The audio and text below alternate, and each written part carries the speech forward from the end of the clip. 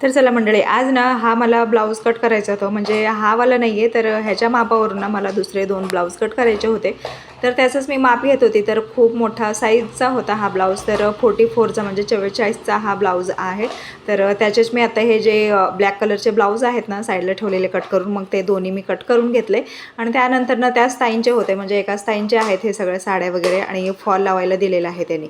आता इथे एक गोष्ट सांगायची आहे मला, की फॉल तर मी ह्याच मशीनवरती लावणार आहे बरं का. आता फॉलची माझ्याकडे सेपरेट मशीन नाही आहे पिको फॉलची, तर हे जे आपण शिलाईचंच मशीन आहे ना माझ्याकडे, तर त्याच्यावरतीच मी आता फॉल लावून घेतलेली आहे. बघा एका साईडला एकदम जी बारीक असते 1.5 किंवा 2 साईजची जी शिलाई असते ना, तर त्याच टिपने ना हे असं मस्त असं खालून लावलेलं आहे.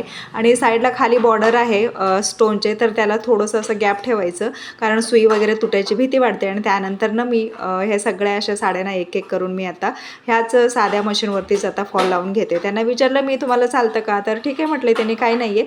खालचं तर आता पिकोचा भाग असतो, तर पिकोच्या ठिकाणी तुम्ही शिलाई मारून द्या मला म्हटले. आणि वरचा भाग जो असतो फॉलचा, तर तो तर हात शिलाईचाच असतो. आणि एवढं काही दिसून वगैरे येत नव्हतं बरं का. आणि मी एकदम स्मूथली मारलेलं आहे.